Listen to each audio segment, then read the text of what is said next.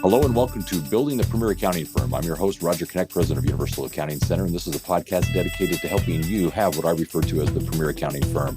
We actually focus on those things that are essential for you to actually work on your business, ranging from marketing, selling, pricing, training your staff, onboarding clients, retaining clients, mental health, and so much more. It's here on the show that we bring on the experts to actually share the insights that they have for us to actually work on our businesses so that we can offer quality accounting services and get paid what we're worth. I'm excited for today's conversation. This is a gentleman that I've actually spoken to on a few occasions. He's someone that I've come to know as basically the accountability guy. It's Robert Hunt. Robert Hunt is the co-author of the book, Nobody Cares Until You Do. He is a business owner in Dallas-Fort Worth area, Fort Worth, Texas, that is. And he actually is the executive coach who runs CEO groups for the Dallas-Fort Worth area since 2013. And he brings that experience and wisdom to the people he reaches out to help them with their goals. Robert has been married for 27 years to his beautiful wife, Kathy, and they have 2 adult children also living in Texas. He is passionate about his faith, his purpose, his family, and his quest to help people be their best. So, Robert, welcome to the show. I love that introduction. I'd like to meet me sometime. Well, let me just say, it's your life, so I'm hoping you're enjoying it. I am enjoying my life. Actually, I really am. Good. Well, what we want to do here is I want to dive into this executive coach and see how it got or brought you to where you are today. What put you into this space? What's that experience like?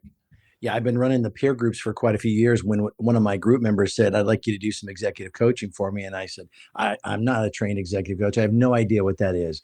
He says, you do it every time we go to lunch. You just don't charge me for it. Uh-huh. And so I thought, okay, well, if you want it, let's go to lunch more often as long as you're buying.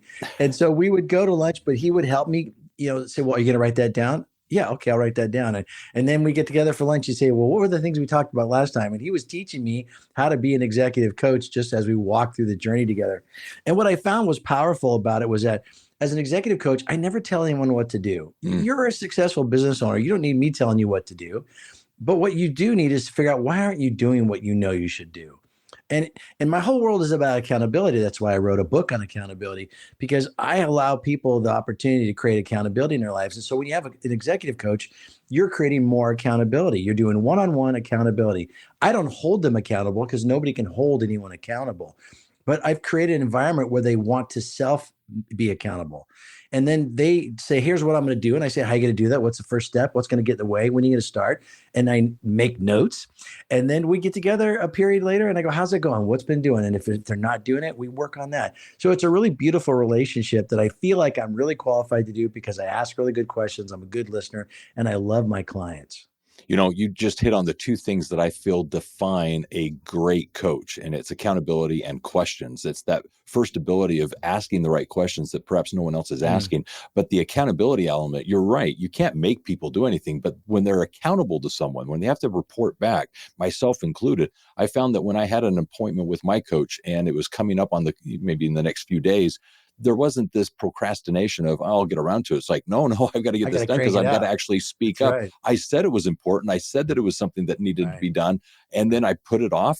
I didn't, it was enough of a priority for me to stress it. But at the end of the day, I didn't do it. No, I can't, in my own good conscience, meet with them again and actually stress how important this was, yet say I didn't do it. So from the accountability point of view, it isn't the getting it done. It's the fact that I have to talk to somebody because it is lonely at the top. So with that being said, I want to talk about accountability. What is accountability? I mean, you've got accountability in business, accountability in life. Tell me what that means. It's misunderstood a lot of ways. Usually we think of accountability, we think of it as punitive, like I'm going to hold you accountable, like it's some kind of threat. But the simplest definition of accountability is you own it. And the idea that you own it means that you have the power to do anything you want to do with it because it's yours. In our journey, Salem Thai and I co-authored this book together. We list out in this book the things that we've gone through in our own lives where we saw ourselves playing the victim role and we weren't even really aware of it. Nobody says, I'd like to be a victim. But what they do by their behavior is when they see what accountability is requiring something of you, they fall into 4 different traps. They blame, they make excuses, they say they can't do anything about it, or they wait and hope it gets better. And none of those things change anything. And frankly, it holds you back as a victim. I experienced this in my own life, where my beautiful wife, Kathy, and I ended up $90,000 in debt. And it didn't happen overnight. It was 5 and then 20 and then 30. And it just kept growing year after year. And every year we'd say, hi, man, next year the business is going to really open up wide and we're going to pay all this off. And it just baby stepped. It just never was getting ahead of the thing we had already created. But we weren't owning it. So we felt trapped. We felt a victim. And so we blamed God. We were angry at God for not fixing our bad choices. We were angry at our clients and our business partners. And we felt like, well, there's nothing we could do about it, which was a lie. And so ultimately we got to a place in our lives where we were so miserable with where we were that going through a really hard change was worth it. And we decided to own it and do something about it. And that's what started the whole change of us truly owning our lives and being really accountable for the first time. I like how you distinguish between those two things, because you brought up the word victim as you were leading up to that term. You described it so very well. There's a distinct difference between someone who is accountable versus someone who has that victim mindset. I'm curious, is there a way to actually help, especially when you're working with peers and maybe perhaps employees, help them move beyond that victim mindset into more of an accountability mindset? Yeah, absolutely. And again, you can't hold anyone accountable. So how do you make your employees be accountable? You model it. That's the biggest thing that leaders don't realize, how much people are watching what you do. And you just think, well, I'll just do whatever I want. And even though you say we're going to go this direction, you change your mind, you go over here. You said you're going to do things, you don't do it, but you're in charge. So who's going to fire you? All these things that we're not doing that everyone else goes, well, if he doesn't do it, why should I care about doing it? And so we've not created an environment where people want to be accountable because you're not accountable. So the first thing you have to do is learn to be accountable. And that's different than responsible.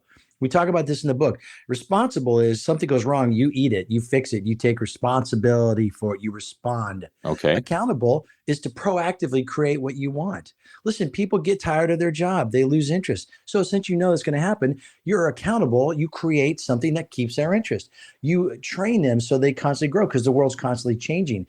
And if your employees aren't able to keep up with demands, they're going to get frustrated, they won't do a good job, you'll fire them, they'll quit. So why don't you proactively train them to get the employees that you want?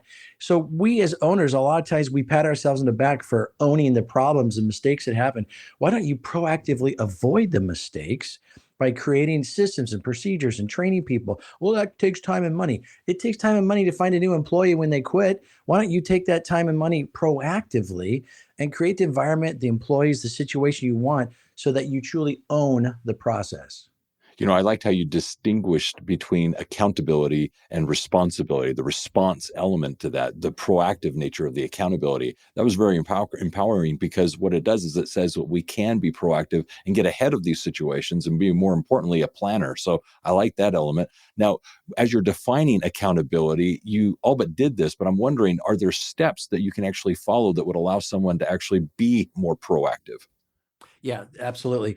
So the first half of the book is being aware of the traps that hold you as a victim when you have a chance to be accountable, and then recognizing them and how to move past that. But at some magical point in your journey, like us, you say, look, nobody cares. Nobody cares if you're broke, unhappy with your marriage, fat, your business sucks, your employees are nobody cares unless you care enough to do something about it. And when we cared enough to do something about it, we changed our lives. And so at that moment, when you decide, okay, nobody cares, now what am I going to do? Now I'm going to acknowledge the reality of where I'm at. I'm going to embrace the suck. I'm going to find a solution and I'm going to make it happen. And that process is rinse and repeat for everything you go through. So in our case, we owed $90,000. Well, the acknowledged reality is we're never going to get out of debt like this. No Dave Ramsey style is going to get us out of debt at the pace that we're continuing to add to our debt. And so we had to make a change. So we decided to sell our house. We had equity in our home. And that was a very drastic thing. But the reality is we had equity. We could do that. So we did. We embraced the suck. This is going to suck to sell our house. It did suck. And telling people in our family and my clients, hey, I've not done good with my finances. I need to take ownership for this. I need to change my life and start over. I embraced that suck. We found the solution. We got a real estate agent. We got the house to where it could be sold. We found a place to rent, which is where we live today. And we started over again. And so we sold the house, we closed, and we paid off all the debt come April of 2020. When COVID shut down the world, we were debt free. And the peace that I had in my heart was so amazing compared to the way I'd been living for years. It was dramatic. And that is the way that we want people to address all their issues they face, is that whole process of being aware of the traps, coming to the realization that you got to own it, and then there's a plan to get out of it. So what are some of these traps that traditionally people will fall into? Those are those four things I mentioned briefly about they make excuses, they blame, they say they can't do anything about it, or they wait and hope. So for us, we blamed we blamed God. We're like, God, why are you not taking care of us? Kathy would say, when's God going to bless your business? And I'd say, I don't know. I mean, year after year. The reality is he had blessed my business. I had great clients. I made great money, but I didn't use my money wisely, and therefore we had problems with it. And then we made excuses, the economy, the government, all these things, the franchise I work with, all these excuses of why we weren't successful the way we should be, at least to keep up with our spending habits. And then we said, well, there's nothing we can do about it. I mean, it's just debt. What are you going to do? I mean, I can't fix this. I can't sell my house. That's not even an option. What are you talking about? Well, it's not I can't, it's I won't. And the next time you say I can't do something, switch the word I won't and see how it feels. Yeah. Because if you told your friends, I won't do that, they'll be like, why? Why don't you do that? You should do that. But if you say, I can't, they're like, oh, yeah, that's unfortunate. And Yeah. they'll commiserate with you and they'll keep you as a victim. And then the fourth one is you wait and hope. And year after year, next year, it'll be I'll make minimum payments on my credit cards. I'll get by. I mean, I'll work it out with my wife, even though we're fighting like crazy. It'll be fine. I'll buy her some flowers. These kind of silly things that we kick at the can down the road and it never gets better. Those are the four traps that people fall into.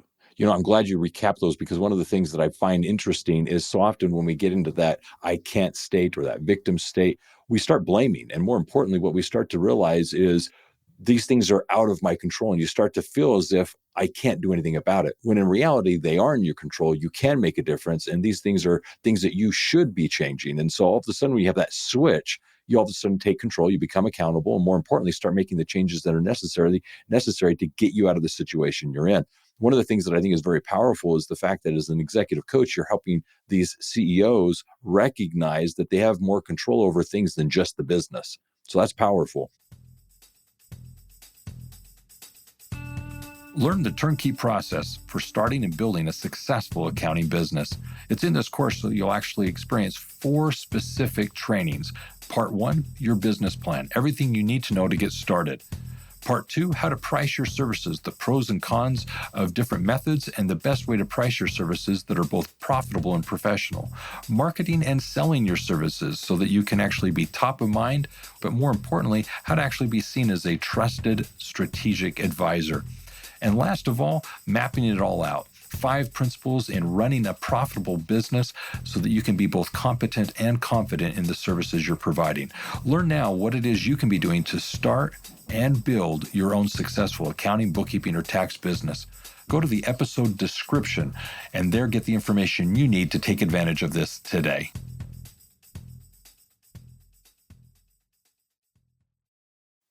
So the next thing I want to talk about then is something that you were alluding to, but I don't know that you were really diving into. And here's where I want to go, is this elusive work-life balance. It's the fact that there's a lot that I'm responsible for, a lot that I'm accountable for, but at the same time, I've got to balance these things or juggle these things, at least to be happy. What are your thoughts on that? Yeah, that was really the catalyst for us deciding to get out of debt, was this quest to have the life we really wanted. There is no such thing as work-life balance. And people who try to chase it, you're always frustrated because you're never getting enough of either one of them. And we learned years ago through our CEO groups that you'll never have work-life balance. So we just decided, let's work on being one person everywhere. Then if I'm one person everywhere, I can be at work or at home and I can seamlessly pop in and out of those two things and nothing's a big deal. But if you have to amp up to be a jerk at work and you take that home, the family doesn't like that. And if you have to try and come from the mindset of home to amp up at work, it's exhausting. And so just be one person all the time. That was the solution we came to start this process. It still never dealt with the problem of overload. And most people run on overload. They run on overload with their time, with their finances, with their health, and with their emotions. And so we learned the principles of creating margin in our lives. And I taught this to all my clients 6 years ago, and we've been applying it ever since, and it works. We applied it in our lives. That's what drove us to want to sell the house, was because we weren't having the life we want. The stress of having our finances on overload weighed heavy on us, which affected our emotions, which affected our relationship. The fact that I would work day and night, literally, just to try and get a little bit ahead of the debt was exhausting to me. And then that drained my emotions again. And then because I was doing all this stress affected my body. In September of 2019, I had vertigo for 16 days. Oh my heavens. Couldn't figure out what was going on. Went to the chiropractor, the doctors, everything we could think of to fix it. It would not go away. And they could not find a solution. And it was God just saying to me, stop being a whiny baby and own your junk. And you're going to kick this can down another year. It's not going to fix it. And it was after September, God finally took it away. I turned to Kathy and I said, we got to sell the house. We just can't delay any longer. So the drive for pursuing the life I really wanted was what really led us to that moment of saying, we got to own this. And so it's easy to be able to have the life you want if you're willing to create margin. Because when you don't live with margin, you create overload. Overload is a lack of creativity, it's exhaustion, it's burnout, it's failure, it's mistakes. You don't want to live on overload, but we're used to it because that's how everybody rolls. So that is the step, is to get margin in your life. I really want to dive into this because I'm relating quite well personally to what you're sharing here. The first thing that you talked about is there's no such thing as balance. I really actually believe that there's no such thing as balance. And that's a whole nother topic that we can dive into. But from there, you went to overload and this margin idea.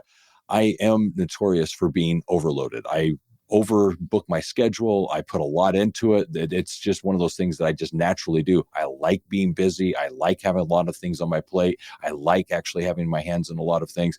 And it's rewarding. It has its place. But Sure. at the same time, that margin you're speaking of is something that I don't have enough of. So let's talk about the margin a little bit. What is that margin I'm looking for? Well, yeah, what you're not factoring in living a life of overload, that you're just like my clients. I love when I'm busy. I love having the high paced demand of things. You're not measuring the number of mistakes you make compared to if you slowed down and created room to think about things clearly. We're do it people. We're get it done people. I don't care what hours I got to put in. I'll get it done. But those late hour decision making things are not great. And you work all day, meeting, stress meeting, dinner meeting, come home, say hi to the kids before they go to bed, go back and get on the computer. You're not doing great work late at night. You're missing things. You're at best not creative. You're not on top of your game. And so we got used to living where, hey, I didn't implode, so I'm fine. I'll do it again tomorrow. And we work really long days, stay up, drink, watch Netflix, get no sleep, come back and survive the next day. Hey, it works. Why would I stop? But you're not measuring the quality of your work compared to the quality of your work when you had it with room with margin, where you have room to stop and think, what do I want to say in response to this email? When I get an angry customer that sends me an email, how do I respond to them? How do I respond in a way that shows that I'm accountable for the life I live, that I respect them as a human and I value their relationship? We don't have the bandwidth for that. We just go, you suck. We send something back in a hurry. So I think that the measurement is not have you survived. The measurement is like, what would your life look like in all areas, not just your productivity at work, but how would my life look like if I actually created a pace that had room for the unexpected things? That when the car breaks down or I hit traffic or a washing machine breaks down, I got to have the money for that. And I run my expenses so tight that there's not even money to fix a washing machine when it breaks, which causes stress, which affects my emotions, which makes my relationships up. There's a ripple effect. You're not measuring it just because you're surviving. It's interesting you bring all this up. The way I define it and really believe this is my ability to be present. So perhaps margin and present are similar because when I speak of this, I actually help my clients realize that anytime that they're unable to actually exist in the present, that's the telltale sign that there's an issue and they need to address it. If they're dwelling too much on the past, things that are now no longer in their control because they've happened, or if they're dwelling too much on things that are in the future, maybe feeling as if they need to plan better and so forth, they're missing out on the moment. And that present is that moment that is more or less in their life right now that they should be enjoying is passing by. And so what I want to actually stress is perhaps what you're saying is margin is how I refer to being present, because I want to enjoy the here and now. I want to be able to look up and smell the roses and notice the environment I'm in. I want to be able to enjoy the presence of those people who are in my life today, right now, at this time. And so those things are how I start to gauge it. Whenever I'm in a situation where I'm dwelling too much on the past or I'm thinking too much about the future, I'm not sleeping at night because my mind is racing. Right. That tells me I've got too much going on and I need that margin that you're speaking of that allows me to actually be a little bit more creative, be a little bit more focused, and maybe in tune with what's happening right now. So I'm liking how you described that. So this brings up a very interesting thing. You spoke earlier about being different types of people. And this is kind of an interesting thing because I have my own opinion on this. I do believe that I am a different person when I'm at church versus when I'm at home versus when I'm at work versus when I'm with my friends at a social event. If I'm perhaps at let's say a family reunion or I'm at a resort somewhere vacationing, I'm different people, but I don't think we're saying the same thing.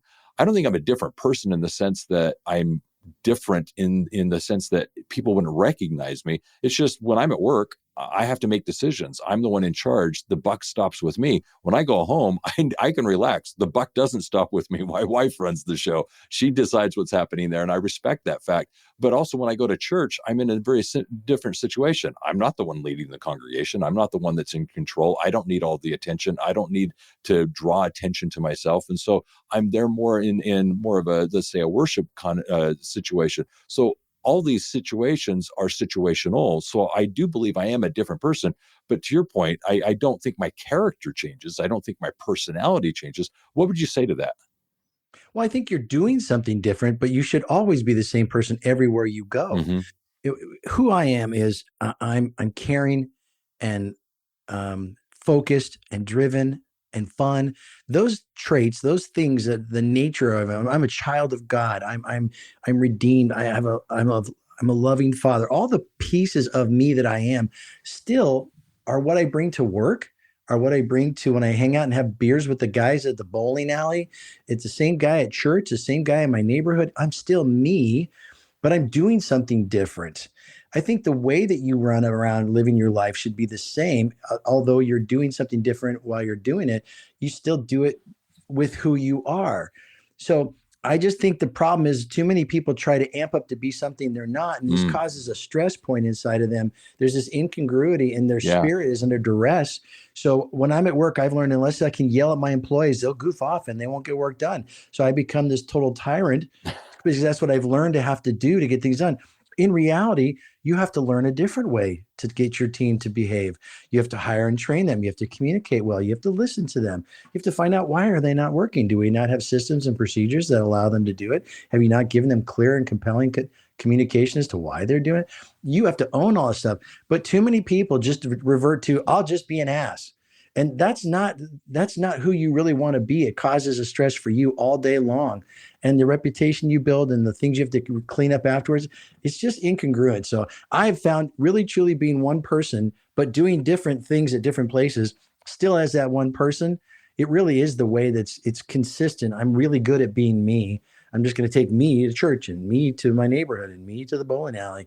I'm going to be me everywhere. I like that because I can relate to that. That's something that I think is congruent with what I was speaking of earlier, because I don't feel I'm a different person on Sunday than I am on Monday.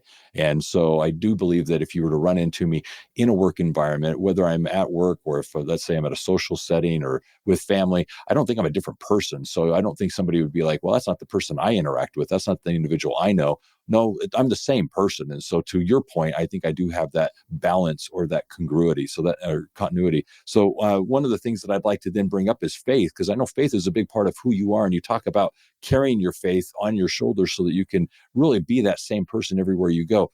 How has faith manifested itself in the work environment for you? It's well, besides giving me peace and a way to look at things without freaking out when things go bad. I recognize that God has a plan for my life and He's in control. And so when things don't go my way, as if I had some great plan in the first place, when things don't go my way, I don't freak out. I also know that I'm here to serve Jesus. He died on the cross for me and gave me eternal life, forgave my sins. The only deal is that He wants me to walk with Him and follow His ways. So when I look at how I spend my money, my time, the relationships that He brings my way, I create margin in my world so that when someone needs my time who's out of a job, I have room to meet with them. When someone needs some money that God was so kind to give me, I can give some of that money because I've created margin where I can have a little room for the unexpected things.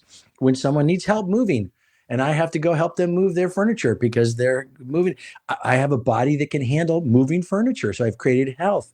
And all these things give me the emotional bandwidth to be able to love and serve people the way that God would have me be, with because my emotions are not overloaded.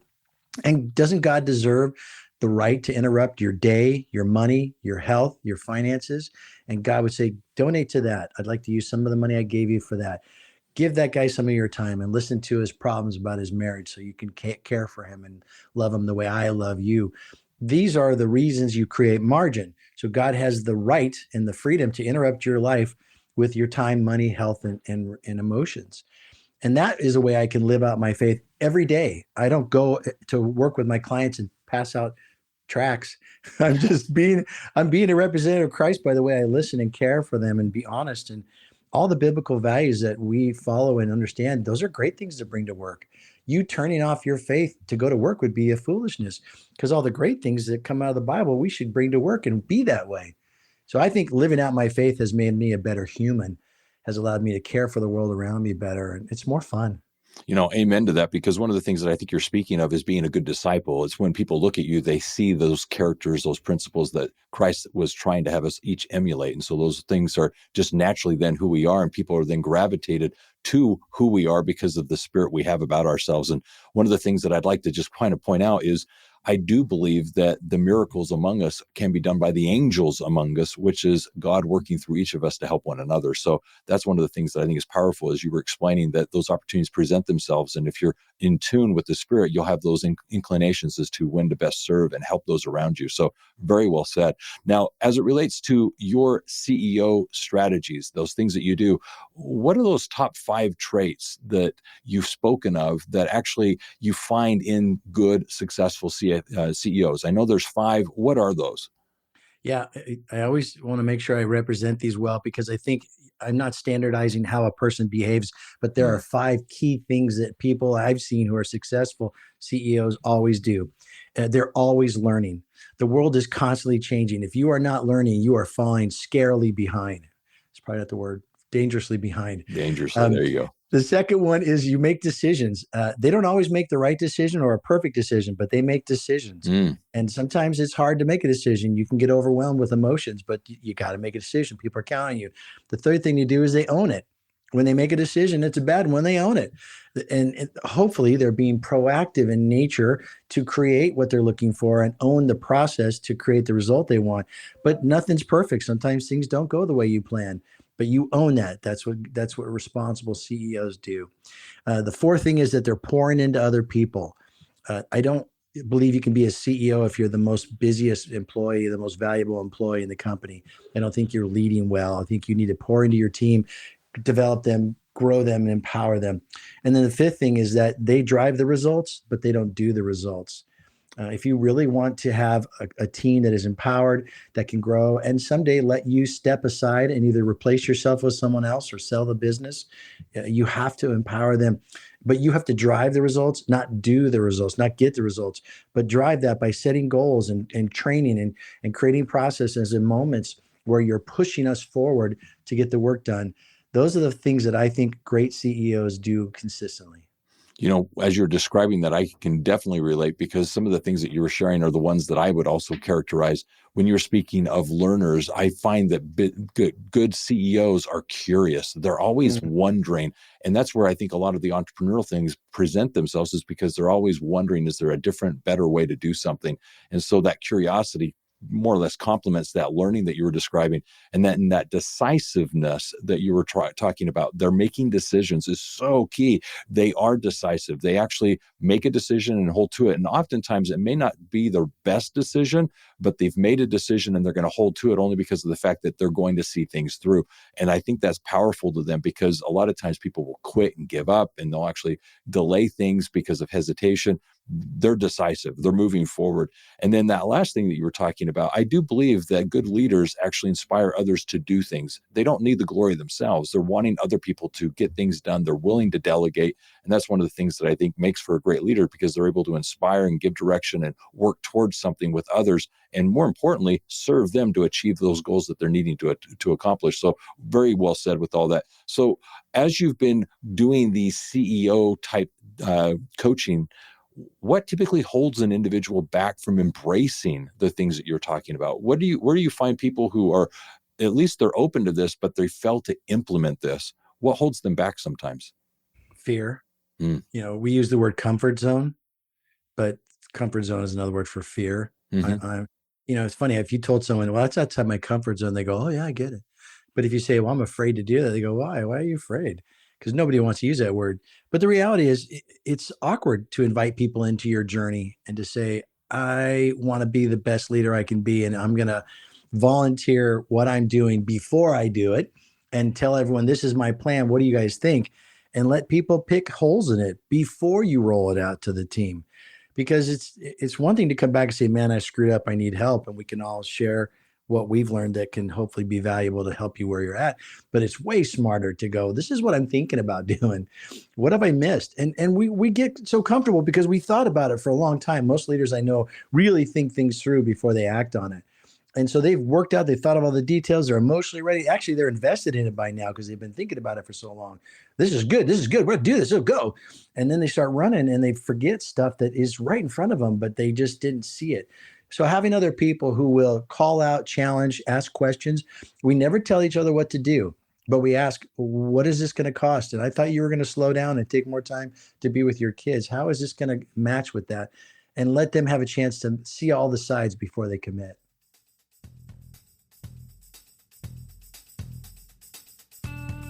Get your free copy of the book In the Black, 9 Principles to Make Your Business Profitable. This is a how-to guide for accounting professionals to work with their clients and actually implement proven processes and systems to ensure that their clients make profit a priority. It is in this book you'll actually learn how to map the business and, in fact, make marketing, accounting, and production a priority within your client's business. You also learn the wisdom pyramid, how to actually take the information you're providing to your clients and effectively use it so that they can make more informed business decisions. This book is designed to help you communicate more effectively with your clients and, in fact, have them see you as their profit and growth expert. Get your free copy now of the ebook today, In the Black, 9 Principles to Make Your Business Profitable.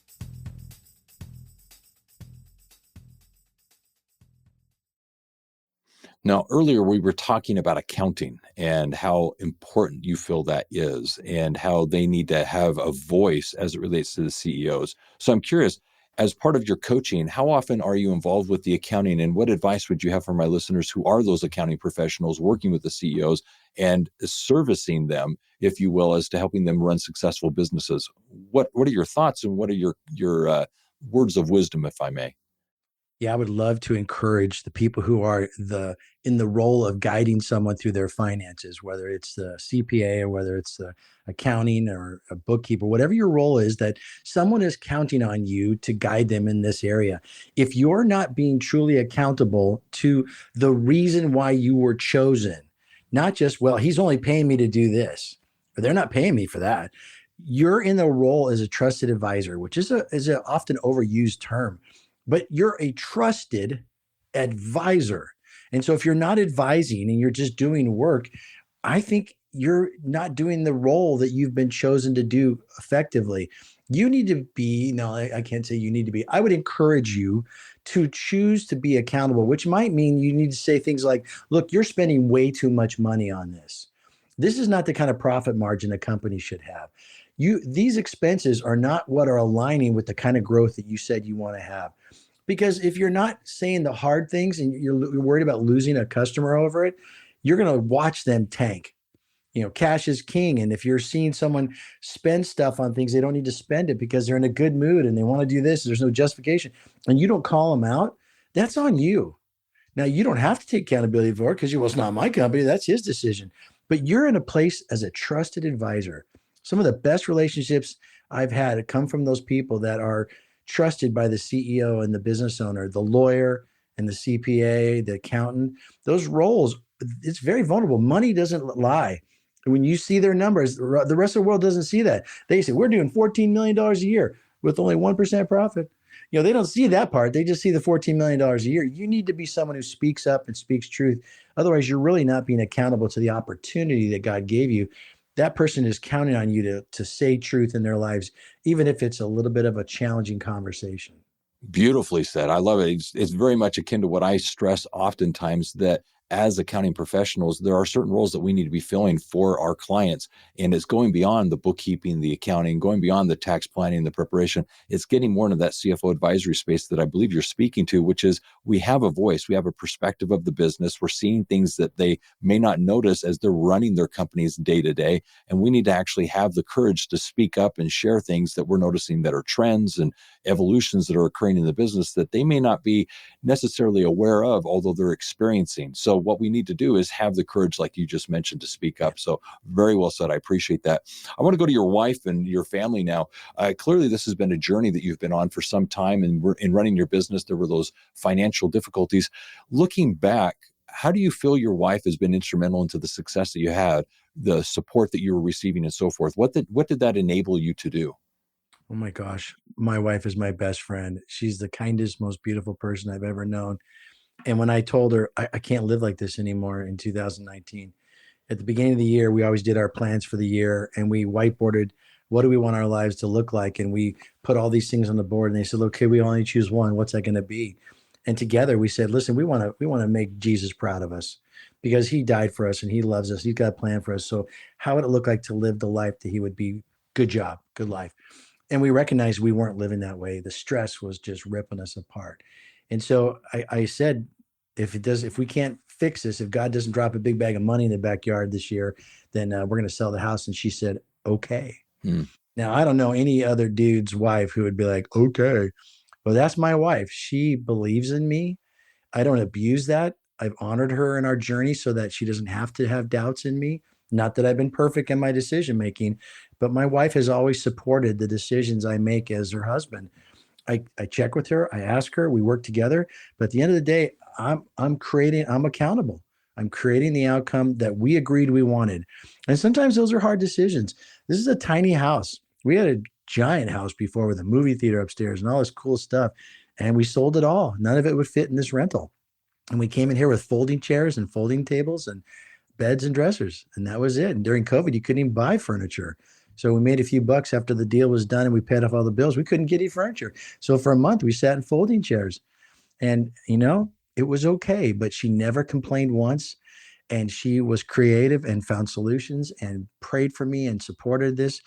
I could not have done it without her. And she's just amazing. That's beautiful. So many of the conversations I have someone that's in the wings, someone that is supportive, someone that is positive, someone that believes in us.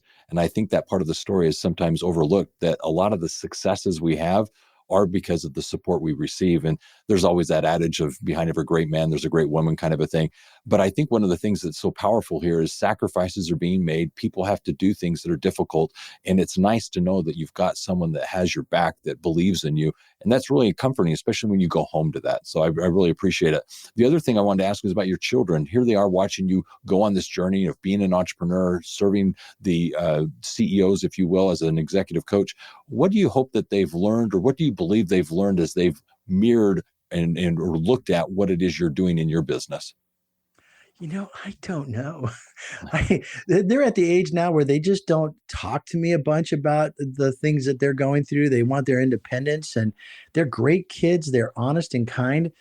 But, I'm now this fractional dad who gets called upon when the dishwasher doesn't work or when they don't know how to pay their taxes.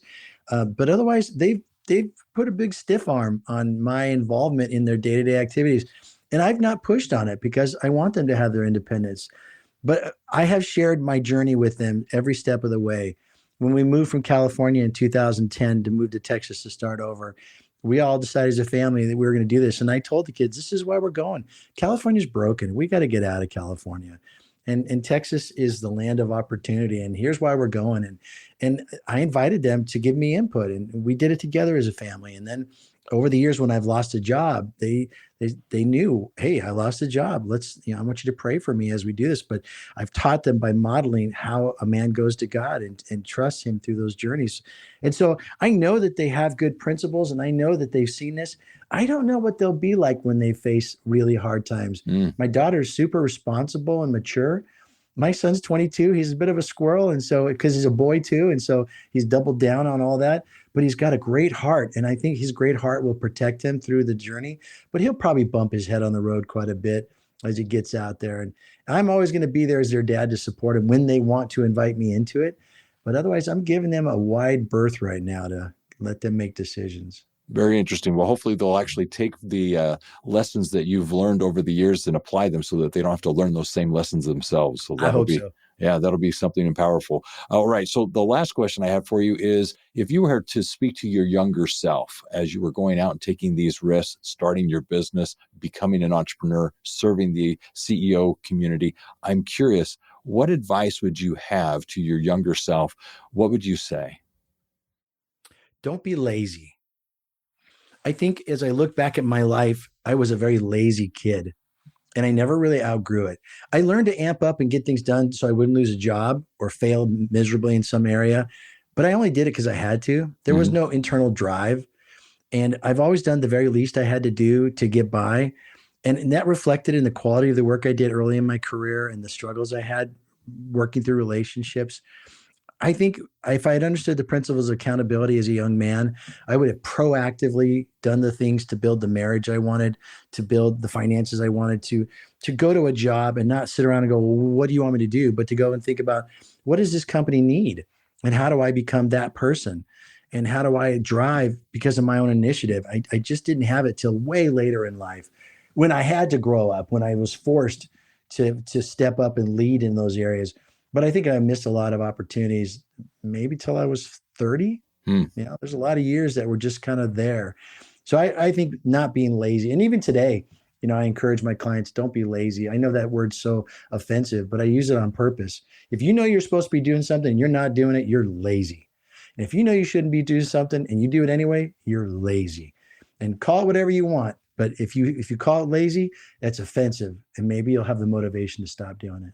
Love it. Very good. Very good. Well, this has been a wonderful conversation and one that I've been looking forward to. And I'm glad that we've had it because I believe that there's a number of great insights in here for my listeners. So let me just kind of recap a few things and I'm going to come back to you for a closing thought. And before I do the recap, one of the things that I'd like to share with the listeners is there is actually an opportunity here to go to the episode description and get a copy of Nobody Cares. It is a book that I believe you'll benefit from. Nobody Cares Until You Do is something that you need to read. You need to understand, especially as it relates to running your business. So go to the episode description and get a copy of the book. In fact, actually, Robert has a special offer for my listeners. What is it, Robert, that you'd like to share? Yeah, if you go to Nobody Cares Pod, nobodycarespod.com, you can fill out the contact form there. Use the code word Roger, and I will mail you a copy of my book for free. Perfect. And that's for my listeners only. So take advantage of that opportunity. Now, as it relates to the show today, I think the conversation has been amazing. I liked how we started with accountability, the difference between being accountable and actually being responsible. I thought that was powerful just to see that distinction, but then also the word victim came into that. And I believe those character traits, those ways of living life are very important to understand. And the distinction between a victim and somebody who is accountable, those traits as to what it is somebody's actually doing as they're experiencing life and how to transition from one to the other. The other thing I thought was very important was this idea of work overload, this work-life balance and being overload. He's talked about margins, more or less pausing. I spoke of being present. I thought that was very important to realize that as executives, we oftentimes do push ourselves. We do fill our days. We find ourselves busy. We like that. I like that.